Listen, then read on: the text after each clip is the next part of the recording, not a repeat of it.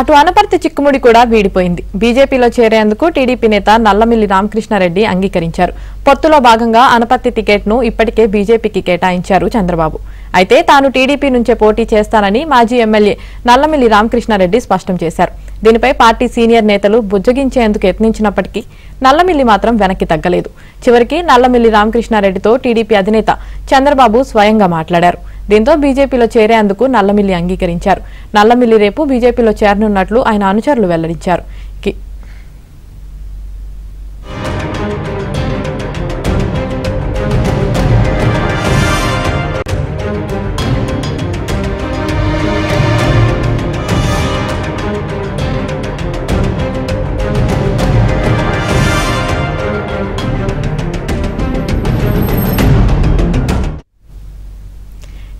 TDP ప్రకటించిన పలు స్థానాల్లో అభ్యర్థులను మార్చారు. ఇదే విషయానికి సంబంధించి మరింత సమాచారం ఏపీ బ్యూరో చీఫ్ రామారావు అందిస్తారు. రామారావు,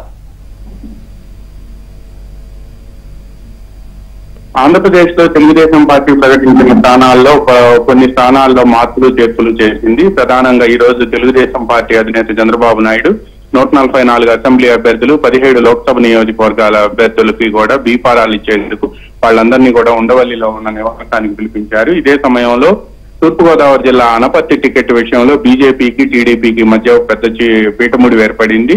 అయితే ఈ చిక్కుముడిని తొలగించేందుకు గత వారం రోజులుగా టీడీపీ హైకమాండ్ తో పాటు బీజేపీ హైకమాండ్ చేస్తున్న యత్నాలు ఎట్టకేలకు గత రాత్రిపై ఈ రోజు ఉదయం ఫలించాయి. ఈ రోజు ఉదయం టీడీపీ అధినేత చంద్రబాబు నాయుడు, అదేవిధంగా టీడీపీ జాతీయ ప్రధాన కార్యదర్శి Nara Lokesh, party senior MLA Rajahmundry rural MLA Buchaiah Chowdary, Sujay Krishna Rangarao వీళ్ళంతా మాట్లాడిన తర్వాత ఎట్టకేలకు నల్లమిల్లి రామకృష్ణారెడ్డి బీజేపీలో చేరి ఆ పార్టీ టికెట్ తరపున పోటీ చేసేందుకు అంగీకరించారు. పొత్తులో భాగంగా అనపర్తి సీటుని ముందు తొలుత బీజేపీ కేటాయించారు. అక్కడ అభ్యర్థిని కూడా ప్రకటించారు. అయితే ఈ అభ్యర్థి ప్రకటించిన అనపర్తి స్థానాన్ని అక్కడ బీజేపీ కేటాయించడం, అదేవిధంగా వేరే వ్యక్తి కేటాయించడంపై కూడా అక్కడ తెలుగుదేశం బొగ్గుమంది. దీనిపై వెంటనే అనపర్తిలో తాను ఆయన ఇండిపెండెంట్ గా పోటీ చేయాలి అని చెప్పి అనపర్తిలో రామకృష్ణారెడ్డి అనుచరులంతా కూడా పెద్ద ఎత్తున ఒత్తిడి తీసుకొచ్చారు.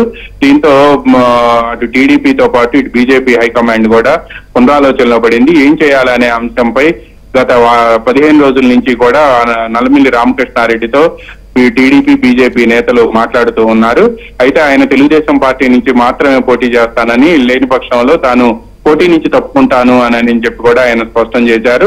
కానీ నిన్న ఈ రోజు తెలుగుదేశం పార్టీ సీనియర్ నేతలు చంద్రబాబు నాయుడుతో పాటు నారా లోకేష్, అదేవిధంగా గోరంట్ల బుచ్చయ్య చౌదరి, సుజయ్ కృష్ణ రంగారావు, పార్టీ పాలిట్ బ్యూరో సభ్యుడు యనమల రామకృష్ణుడు వీళ్ళంతా కూడా నల్లమిల్లి రామకృష్ణారెడ్డితో మాట్లాడి ఆయన అదేవిధంగా బీజేపీకి సంబంధించిన రాష్ట్ర అధ్యక్షురాలు, రాజమండ్రి నుంచి లోక్సభ స్థానానికి బీజేపీ అభ్యర్థిగా పోటీ చేస్తున్న దగ్గుబాటి పురంధేశ్వరి, దగ్గుబాటి వెంకటేశ్వరరావు వీళ్ళంతా కూడా ఆయనతో మాట్లాడిన అనంతరం ఆయన ఎట్టకేలకు కూడా బీజేపీ నుంచి పోటీ చేసేందుకు అంగీకరించారు అని చెప్పి సమాచారం అందుతుంది.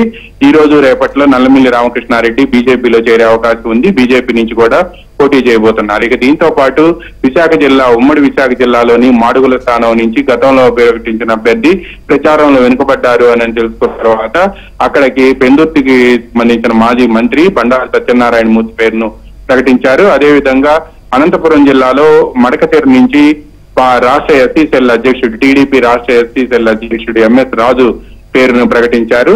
ఉండి నుంచి రఘురామకృష్ణరాజు పేరు ఖరారైంది. ఆయన బీఫామ్ తీసుకునేందుకు కూడా రావాల్సిందిగా కూడా కోరారు. అయితే ఉండిలో సిట్టింగ్ ఎమ్మెల్యేగా ఉన్న రామరాజును అక్కడ పార్టీ జిల్లా అధ్యక్షుడిగా చేసి అక్కడ ప్రస్తుతం పార్టీ జిల్లా అధ్యక్షురాలుగా ఉన్న సీతారామలక్ష్మిని పార్టీ పాలిట్ బ్యూరో సభ్యురాలుగా నియమించాలి అని చెప్పి టీడీపీ హైకమాండ్ నిర్ణయించింది. అదేవిధంగా నెల్లూరు జిల్లా వెంకటగిరి స్థానం నుంచి రామకృష్ణ కుమార్తెకు గతంలో టికెట్ ఇచ్చారు. ఆమె కంటే రామకృష్ణే పోటీలో ఉంటే ధీటుగా పోటీని ఎదుర్కొంటారు అని చెప్పి వెంకటగిరి స్థానం నుంచి రామకృష్ణనే పోటీ చేసేందుకు అధిష్ట హైకమాండ్ ఒప్పించింది. ఆయన బీఫామ్ తీసుకునేందుకు కూడా కొద్దిసేపటి క్రితం ఉండవల్లిలో ఉన్న చంద్రబాబు నివాసానికి వచ్చారు. ఇలా కొన్ని ప్రాంతాల్లో మార్పులు చేర్పులు చేసి వీళ్ళందరినీ కూడా అక్కడికి రావాల్సిందిగా కోరారు. అదేవిధంగా దెందులూరు స్థానాన్ని, అంటే అనపర్తి స్థానం నుంచి తెలుగుదేశం పోటీ చేస్తే దెందులూరు స్థానం నుంచి బీజేపీ కావాలి అని చెప్పి బీజేపీ హైకమాండ్ కోరింది. అక్కడి నుంచి సపనా చౌదరి పేరు కూడా పరిశీలనలోకి వచ్చింది. అయితే చివరి నిమిషంలో అనపర్తి నుంచి నల్లమిల్లి రామకృష్ణారెడ్డిని బీజేపీ నుంచి పోటీ చేసేందుకు అంగీకరింపజేయడంతో దెందులూరు స్థానాన్ని చింతమనేని ప్రభాకర్ కే ఇవ్వాలని చెప్పి పార్టీ 2 రోజుల క్రితమే నిర్ణయించింది. ఈ మేరకు ఆయన గ్రీన్ సిగ్నల్ ఇవ్వడంతో పాటు ఈ రోజు వచ్చి ఆయన బీఫామ్ తీసుకోవాలని కూడా కోరింది. అదేవిధంగా విశాఖ జిల్లాలో పాడేరు టికెట్ ను కూడా గతం వేరే వారికి ఇచ్చింది. గిరిజన సంఘాల నేత అని ఆయనకి ఇచ్చినప్పటికీ ప్రచారానికి సంబంధించి అదేవిధంగా అక్కడ చేయించుకున్న సర్వేల ఆధారంగా మళ్ళా ఆయన పేరు మార్చి గిడ్డి ఈశ్వరి, గతంలో మాజీ ఎమ్మెల్యే, పార్టీ ఇన్ఛార్జ్ గా కూడా వ్యవహరిస్తున్నారు, గిడ్డి ఈశ్వరికే ఇవ్వాలి అని చెప్పి తెలుగుదేశం హైకమాండ్ నిర్ణయించింది. దీంతో వీళ్ళంతా కూడా ఇప్పుడు బయలుదేరి చంద్రబాబు నివాసానికి వచ్చారు. మరి కొద్దిసేపట్లో వీళ్ళందరికీ బీఫారాలు ఇవ్వటమే కాకుండా అదేవిధంగా 17 లోక్సభ నియోజకవర్గాలు తెలుగుదేశం పార్టీ పొత్తులో భాగంగా బీజేపీకి 6, అదేవిధంగా జనసేనకి 2 స్థానాలు ఇచ్చింది. ఈ 8 స్థానాలు పోను మిగతా 17 స్థానాల్లో లోక్సభ అభ్యర్థులను ఇప్పటికే ప్రకటించింది. వీళ్ళందరికీ కూడా బీఫారాలు ఇవ్వబోతున్నారు. మొత్తం 144 అసెంబ్లీ నియోజకవర్గాలు, అదేవిధంగా 17 లోక్సభ స్థానాల్లో ఉన్న అభ్యర్థులకి కూడా ఇప్పుడు బీఫారాలు ఇవ్వబోతున్నారు. బీఫారాలు ఇచ్చిన తర్వాత టీడీపీ అధినేత చంద్రబాబు నాయుడు వీళ్ళందరితో కూడా మాట్లాడబోతున్నారు.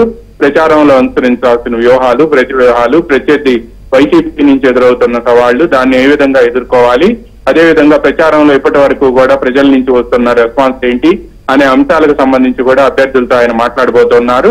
ఈ రోజు మధ్యాహ్నం వరకు కూడా ఈ కార్యక్రమం కొనసాగే అవకాశం ఉంది. రామారావు, మనం చూసుకున్నట్లయితే మరి ఇప్పుడు నామినేషన్లకు ముందు టీడీపీ అభ్యర్థులను మార్చడంతో ఇప్పుడు ఈ పరిణామం అన్నది చర్చనీయాంశంగా మారింది. అసలు నామినేషన్ కు ముందు ఇప్పుడు అభ్యర్థులు మార్చడానికి గల కారణాలు ఏంటి? అంటే నామినేషన్లకు ముందు అభ్యర్థుల మార్పు అనేది కూడా మనం కరెక్ట్ కాదు. ఎందుకు అని అంటే వీళ్ళందరికీ కూడా ఇప్పుడే అయితే ఈ రోజు అధికారికంగా ప్రకటిస్తున్నారు కానీ వీళ్ళందరికీ ఎప్పుడో గ్రీన్ సిగ్నల్ ఇచ్చేశారు. ఫర్ ఎగ్జాంపుల్ విశాఖ జిల్లాలో మాడుగులు ఉంది. మాడుగుల్లో బండారు సత్యనారాయణ మూర్తిని పనిచేయాల్సిందిగా దాదాపుగా 10 రోజుల క్రితమే పార్టీ హైకమాండ్ ఆదేశించింది. అదేవిధంగా ఎంఎస్ రాజు ఉమ్మడి అనంతపురం జిల్లాలోని మడకశిర నుంచి ఆయన కూడా దాదాపుగా 5 రోజుల క్రితమే పార్టీ మేరకు సమాచారం పంపింది. ఆయన అక్కడ పని కూడా చేస్తా ఉన్నారు. దీంతో పాటు గిడ్డి ఈశ్వరికి కూడా అక్కడ మారుస్తున్నాము అని చెప్పి దాదాపుగా 10 రోజుల క్రితమే సమాచారం పంపింది. గిడ్డి ఈశ్వరి ఆల్రెడీ అక్కడ పార్టీ ఇన్ఛార్జిగా ఉన్నారు. అదేవిధంగా గతంలో మాజీ ఎమ్మెల్యే కూడా. అందువల్ల గిడ్డి ఈశ్వరి కూడా అక్కడ కొత్త కాదు, పైగా ఆమె పార్టీ ఇన్ఛార్జిగా గత 5 సంవత్సరాల నుంచి వ్యవహరిస్తున్నారు. గిడ్డి ఈశ్వరి కూడా నియోజకవర్గం కొత్తగా అవడంతో వీళ్ళకి ఒకవేళ ఇప్పుడు మార్చినప్పటికీ ఇప్పుడు ఈ రోజు అధికారికంగా ప్రకటిస్తున్నప్పటికీ వీళ్ళలో ఎవరికి కూడా ఇబ్బందికరమైన పరిస్థితులు అయితే లేవు. అదేవిధంగా నెల్లూరు జిల్లా వెంకటగిరిలో అక్కడ కురబండ రామకృష్ణ ఉన్నారు. రామకృష్ణ ఎప్పటి నుంచో పార్టీ ఇన్ఛార్జిగా వ్యవహరిస్తున్నారు. గతంలో మాజీ ఎమ్మెల్యే. ఆయన కుమార్తె పేరు ప్రకటించారు. అయితే ఇప్పుడు ఆయన కుమార్తె కంటే ఆయన పోటీలోనే ఉంటే గెలవటం ఈజీ అని చెప్పి అందువల్ల ఇప్పుడు రామకృష్ణ పేరు ప్రకటించారు. అదేవిధంగా రఘురామకృష్ణరాజు తెలియని వ్యక్తి ఉండరు. ఆయన ఉండిలో పోటీ చేస్తారు అని చెప్పి దాదాపుగా 15 రోజుల నుంచి ప్రచారం జరుగుతుంది. అయితే అక్కడ సిట్టింగ్ ఎమ్మెల్యేగా ఉన్న పైగా రఘురామకృష్ణరాజు నరసాపురం ఎంపీగా ఇప్పటి వరకు కూడా వ్యవహరించారు.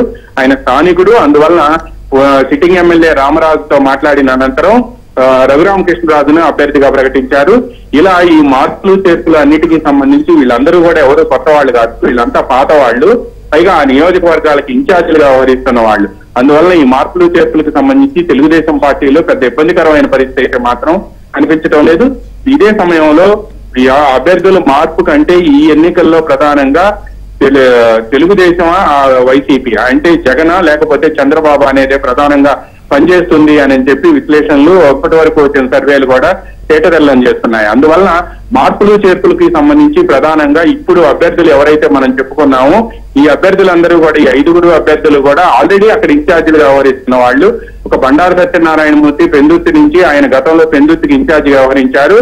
అయితే ప్రస్తుతం ఆయన మాడుగులో పంపించారు. ఎందుకంటే పొత్తులో భాగంగా పెందుర్తి స్థానాన్ని జనసేన కేటాయించారు. అందువల్ల ఆయన మాడుగులుగా జిల్లాలో తెలియని వాడు ఉండరు. ఆయన అంటే బండారు సత్యనారాయణమూర్తి అంటే. అందువల్ల ఆయన మాడుగుల్లో కూడా ఆయన కొత్త ఏమీ కాదు. మార్చిన స్థానాలన్నింటిలో కూడా వీళ్ళంతా కూడా ఒక పాత అభ్యర్థులే, పైగా పాత ఇన్ఛార్జీలు. ఇప్పటి వరకు కూడా మాజీ ఎమ్మెల్యేలుగా వ్యవహరించారు. ఎంఎస్ రాజు కూడా తెలుగుదేశం రాష్ట్ర ఎస్పీసీఎల్ విభాగం అధ్యక్షుడిగా ఉన్నాడు. మడకశిర నుంచి అక్కడ ఈజీగానే ఉంటుంది అని చెప్పి ఆ పార్టీ నేతలు చెప్తున్నారు.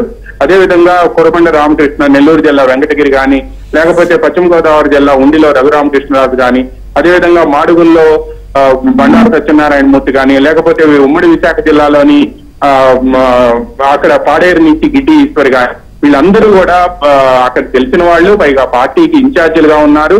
ఎన్నో రోజుల నుంచి అక్కడ రాజకీయాలు చేస్తున్నవాడు కాబట్టి పెద్దగా ఇబ్బంది ఉండదు అనేది తెలుగుదేశం పార్టీ వర్గాలు చెప్తూ ఉన్నాయి. పైగా గిడ్డి ఈశ్వరి అక్కడ దాదాపుగా 5 సంవత్సరాల నుంచి ఇన్ఛార్జ్ గా ఉండటంతో పాటు గిరిజనుల తరఫున పోరాటం చేయడంతో పాటు విచిత్రంగా పంచాయతీ ఎన్నికల్లో తెలుగుదేశం పార్టీ అక్కడ అత్యధిక స్థానాలను గెలుచుకోవడంలో కూడా ఈశ్వరి కీలక పాత్ర పోషించిందని పార్టీ వర్గాలే చెప్తున్నాయి.